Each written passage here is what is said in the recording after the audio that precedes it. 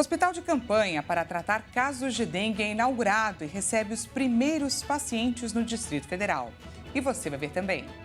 Governo federal anuncia que vai revisar dados de 7 milhões de beneficiários do Bolsa Família. O objetivo é garantir que o auxílio chegue a quem precisa. Semana começa com a retomada dos trabalhos no Congresso. Com isso, temas como a regulamentação da reforma tributária e a desoneração da folha de pagamento voltam à discussão. Tribunal Superior Eleitoral de El Salvador interrompe contagem de votos após vitória praticamente garantida de Nayib Bukele, autoproclamado ditador mais legal do mundo. E ainda, rio atmosférico atinge a Califórnia e provoca inundações. Região entra em estado de emergência após grande tempestade. Essas e outras notícias você confere a partir de agora. Olá, boa tarde para você. Seja muito bem-vindo a essa edição. Agora são 13 horas e 4 minutos. Chegamos ao vivo nesta segunda-feira para te contar os assuntos que estão em pauta no Brasil e no mundo. Aproveite esses próximos minutos para se atualizar. O ministro do Supremo Tribunal Federal, Dias Toffoli, cobrou dados sobre a atuação da Transparência Internacional em acordo da Lava Jato. A investigação é para saber se recursos públicos foram parar em ONG. Vamos ver. O ministro do STF afirmou que deve ser investigada uma eventual apropriação indevida de recursos públicos pela organização e seus respectivos responsáveis. A ONG Transparência Internacional teve atuação próxima com procuradores da Operação Lava Jato. O ministro determinou que o Tribunal de Contas da União e a Controladoria Geral da União participem da investigação. O pedido de apuração foi feito pelo deputado Rui Falcão e estava no Superior Tribunal de Justiça. No pedido, o parlamentar acusa procuradores do Ministério Público Federal de supostos crimes e violações de deveres. Ele citou ligações do órgão com a Transparência Internacional com o fim de desenvolver ações de combate à corrupção. Conforme o congressista, a ONG atuaria na qualificação de uma entidade privada que seria criada para administrar o dinheiro de um fundo com parte dos valores pagos pelo grupo JF em seu acordo de leniência. Bom, o Congresso retoma os trabalhos nesta segunda-feira focado na regulamentação da reforma tributária. Em ano apertado por conta das eleições municipais, deputados e senadores negociam recomposição de emendas vetadas e querem, é claro, aprovar outras novas regras consideradas prioritárias. Alinhados ao governo, os presidentes da Câmara, Arthur Lira, e do Senado, Rodrigo Pacheco, já sinalizaram neste início do ano legislativo o desejo de dar foco à discussão de propostas que regulamentam a reforma tributária. Parte dos textos, como o que trata da atualização dos tributos sobre a renda, deve ser enviada pelo Planalto em março. Além disso, os parlamentares das casas têm elencado como prioritária a aprovação de textos que criam diretrizes e regras para ferramentas de inteligência artificial. O início do ano também deve ser marcado pela articulação para recompor 5 bilhões e 600 milhões de reais em emendas de comissão vetados pelo presidente Lula no orçamento deste ano. Os grupos de oposição nas duas casas ainda defendem uma ofensiva de propostas para resgatar as prerrogativas parlamentares, em reação às operações da Polícia Federal, que tiveram como alvos 2 deputados. Em ano eleitoral, os parlamentares avaliam que o Congresso deve concentrar as atividades no primeiro semestre. A previsão é que a atividade nas casas sofra um esvaziamento a partir de julho, quando deputados e senadores devem começar a focar na ampliação das bases de apoio e fazer campanha a aliados nos municípios. A expectativa por parte das lideranças de que Pacheco e Lira flexibilizem a presença física em sessões, como a adoção do sistema híbrido de votação. O ministro da Fazenda, Fernando Haddad, disse hoje que já apresentou alternativas à prorrogação da folha de pagamento de 17 setores da economia. Ele defendeu uma conciliação com o orçamento. O governo mira uma meta fiscal de déficit zero em 2024. Bom, o governo federal prevê revisar nesse ano os dados de 7 milhões de beneficiários incluídos no programa Bolsa Família. Devem ser analisadas famílias com informações desatualizadas ou com inconsistências na renda declarada. Depois de excluir mais de 1.700.000 beneficiários com irregularidades no cadastro do Bolsa Família em 2023, o Ministério do Desenvolvimento e Assistência Social informou que pretende revisar ao longo deste ano os dados de outras 7 milhões de famílias. Principal programa do governo na área social, o Bolsa Família tem passado desde o ano passado por um processo de revisão cadastral.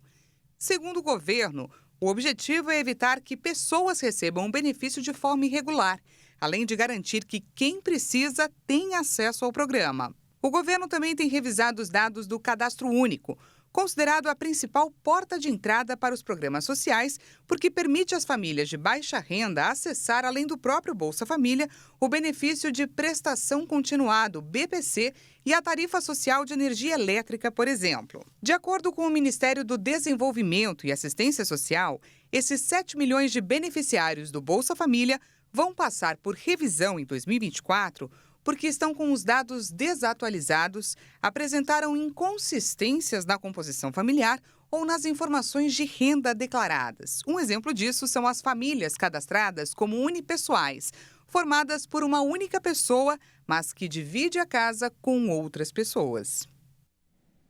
Um hospital de campanha para combate à dengue abriu hoje no Distrito Federal com atendimento 24 horas por dia.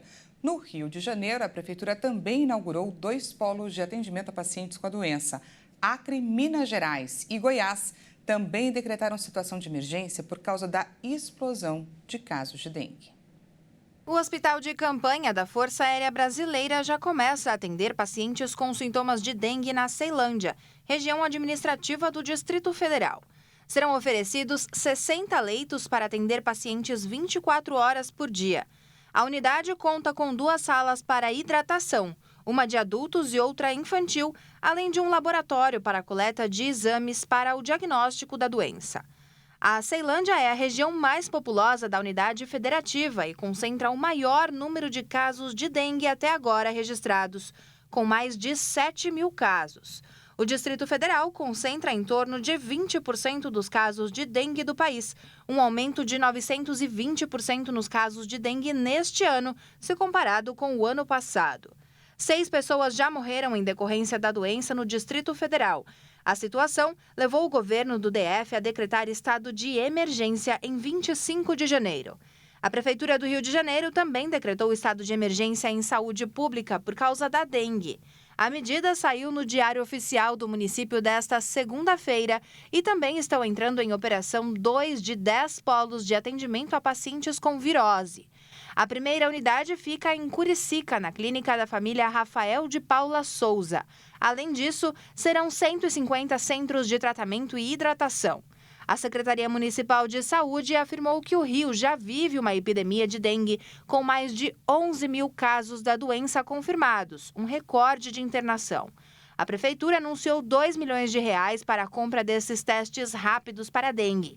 O estado fluminense registrou mais de 17.500 casos de dengue apenas no mês de janeiro deste ano. O número é 12 vezes maior do que o registrado em janeiro do ano passado. E veja a seguir, Tribunal Superior Eleitoral de El Salvador interrompe contagem de votos após vitória praticamente declarada de Nayib Bukele. E ainda, rio atmosférico atinge a Califórnia e provoca inundações. Região entra em estado de emergência após grande tempestade. A gente volta já já. Não perca!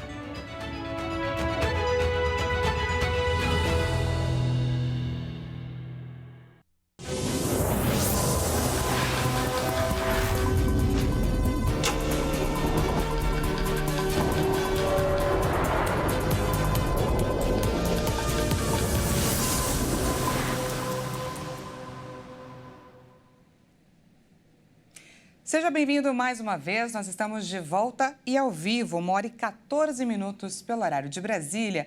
Voltamos a falar sobre dengue, porque diante desse aumento no número de casos, autoridades buscam formas de frear o avanço nas transmissões, meios de atender aos doentes e a população precisa mais do que nunca de informação.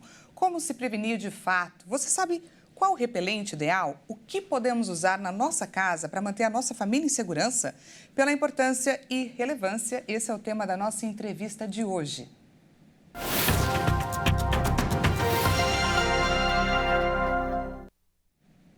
Então, para nos dar orientações e dicas de como manter o mosquito transmissor da dengue longe da nossa família e de quem amamos, recebo agora a Melanie Fontes Dutra, biomédica e professora da Escola de Saúde da Unicinos.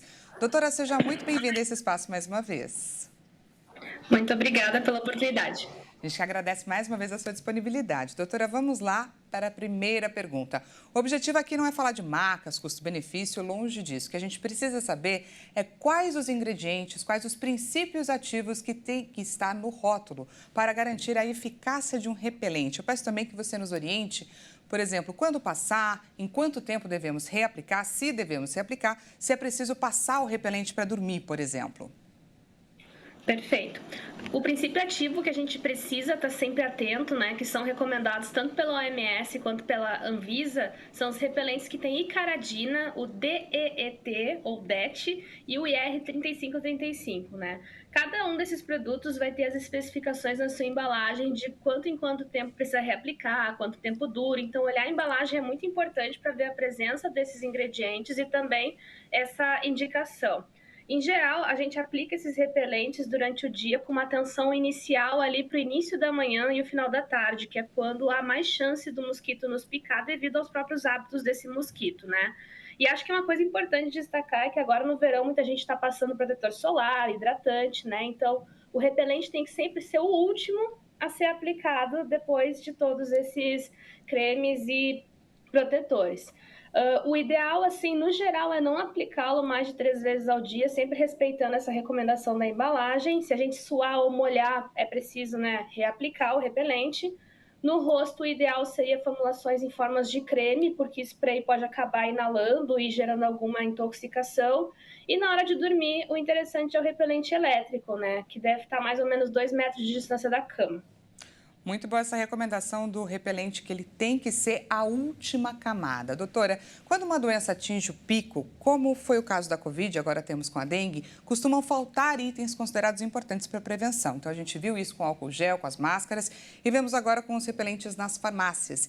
Diante disso, as receitas caseiras, elas ganham um protagonismo. E eu gostaria que você nos dissesse, a comprovação da eficácia dessas preparações, existem fórmulas que a gente pode considerar seguras?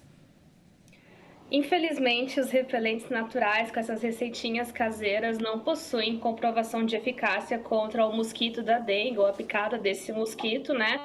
E, portanto, eles acabam também não sendo liberados pela Anvisa por conta dessa razão. A gente precisa sempre indicar produtos que tenham, né, uma eficiência, uma eficácia ali comprovada e que sejam seguros, né? E, infelizmente, essas formulações naturais não passaram por essa validação.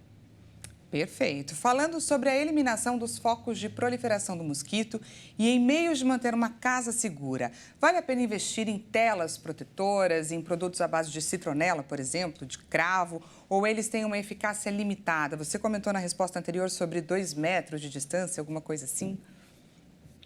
Isso, então, as telas podem ser uma alternativa interessante, né, quanto uma barreira física para evitar ali a presença do mosquito, mas é importante cuidar que os orifícios dessa tela precisam ser pequenos o suficiente para impedir a passagem do mosquito, mas não podem impedir a ventilação do ambiente. Agora, no calor também é importante a gente cuidar com os efeitos das temperaturas altas nos ambientes, né? Com relação à citronela, ao cravo, a gente recai na resposta anterior. A gente, infelizmente, não tem uma eficácia comprovada ou até mesmo liberação pela própria Anvisa do uso desses produtos, seja em telas, ou seja em óleos, ou em outras formulações, contra o mosquito da dengue, né? Então, no momento onde a gente está vendo uma alta de casos e a gente realmente quer algo comprovadamente eficiente para nos proteger, a gente precisa buscar aquilo que a gente tem mais segurança, mais confiança e que é liberado pela agência reguladora. Com certeza, doutora. Para encerrar, peço um mito ou verdade rapidíssimo. Tomar vitamina B12 pode ser eficaz para evitar a picada do mosquito? Mito ou verdade? Infelizmente, né, a Anvisa também menciona que esses produtos de uso oral, como comprimidos e vitaminas, não têm uma comprovação ou uma indicação aprovada para repelir o mosquito da dengue, né? Então, infelizmente é um mito, né, nesse caso, ou pelo menos não há comprovação suficiente para uma recomendação para este fim. Tá certo, doutora. Muito obrigada. Conversamos com a biomédica Melanie Fontes Dutra, que é professora também da Escola de Saúde da Unicinos. Muito obrigada pela sua participação. Eu que agradeço, fico à disposição. Até mais.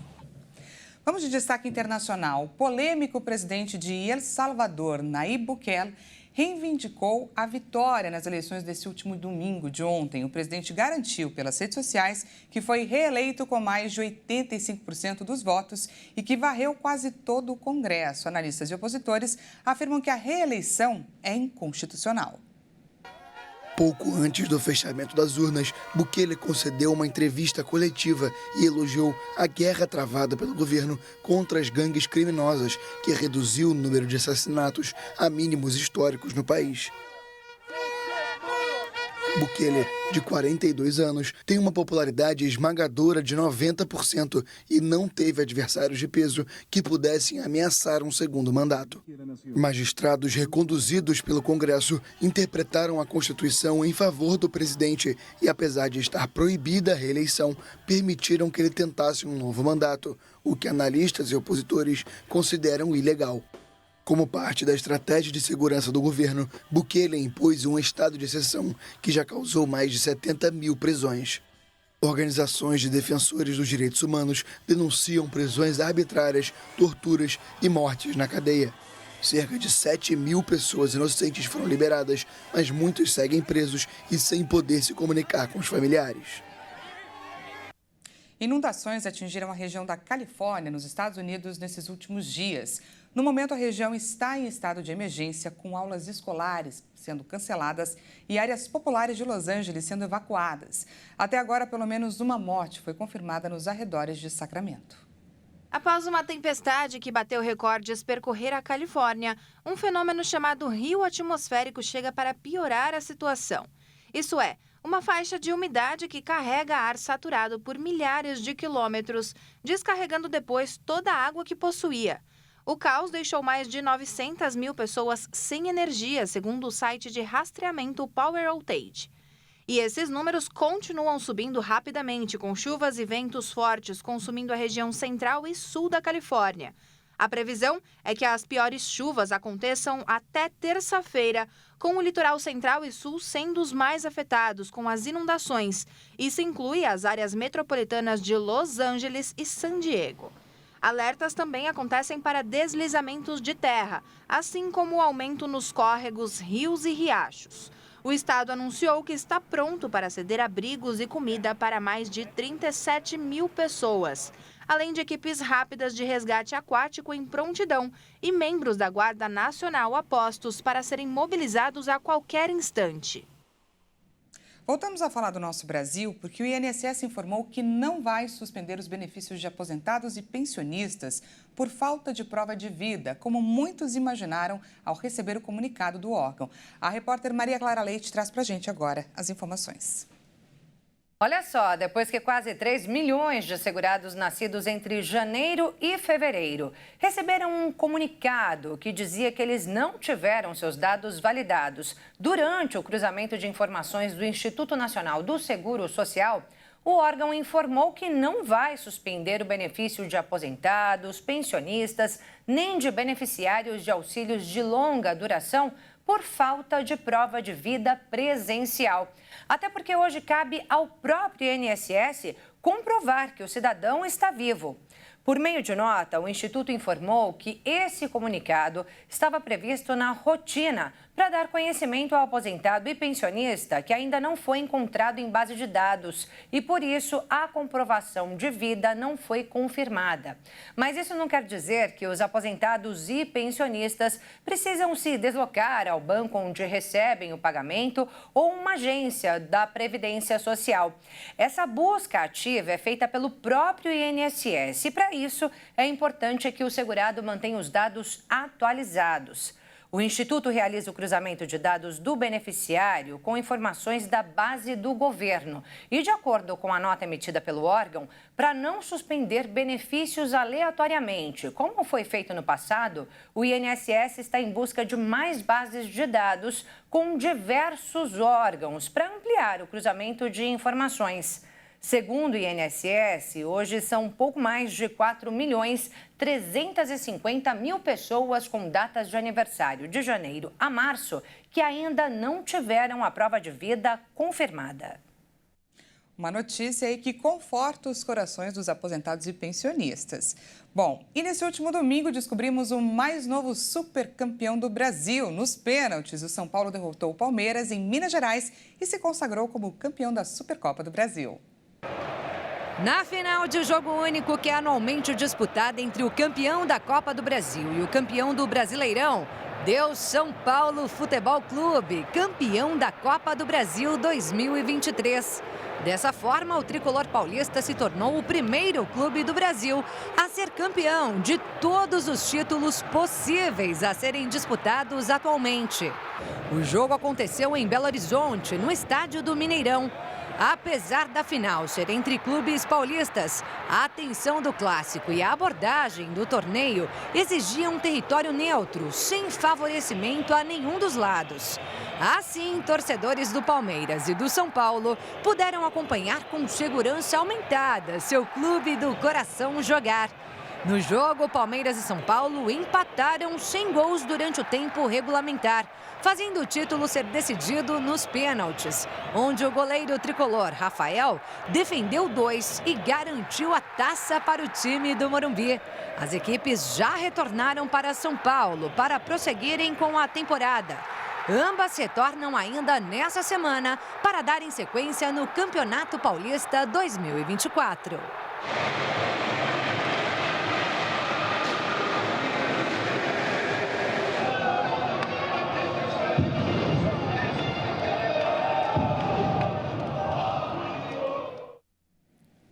Essa edição fica por aqui, mas antes trazemos imagens de um lugar paradisíaco para animar a sua tarde de segunda-feira. Pois é, estamos aqui também para isso. Na sua tela, vamos conhecer juntos uma praia grega que fica a noroeste de Corfu. Essa praia fica na vila de Palaio Kastritska. Um trava-língua, hein? Mas eu sobrevivi a esse nome, gente. A região é popular pelas impressionantes belezas naturais que possuem.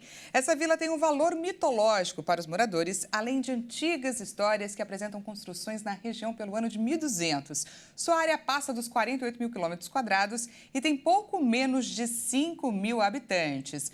O que mais chama a nossa atenção ao olhar essa imagem é a calma, a tranquilidade que ela nos traz. Se você é daquelas pessoas que tem horror à praia lotada, música alta, falta de espaço para estender aí a sua canga e admirar o barulho do mar, pensa só que paraíso. Parece um sonho, não parece? Um lugar para descansar, pensar na vida, nada mal. Essa edição fica por aqui. Muito obrigada pela sua companhia. Te lembro que daqui a pouquinho o Juliana Dariva chega com mais notícias para você. E amanhã voltamos a nos encontrar na edição das 8h30. Até lá.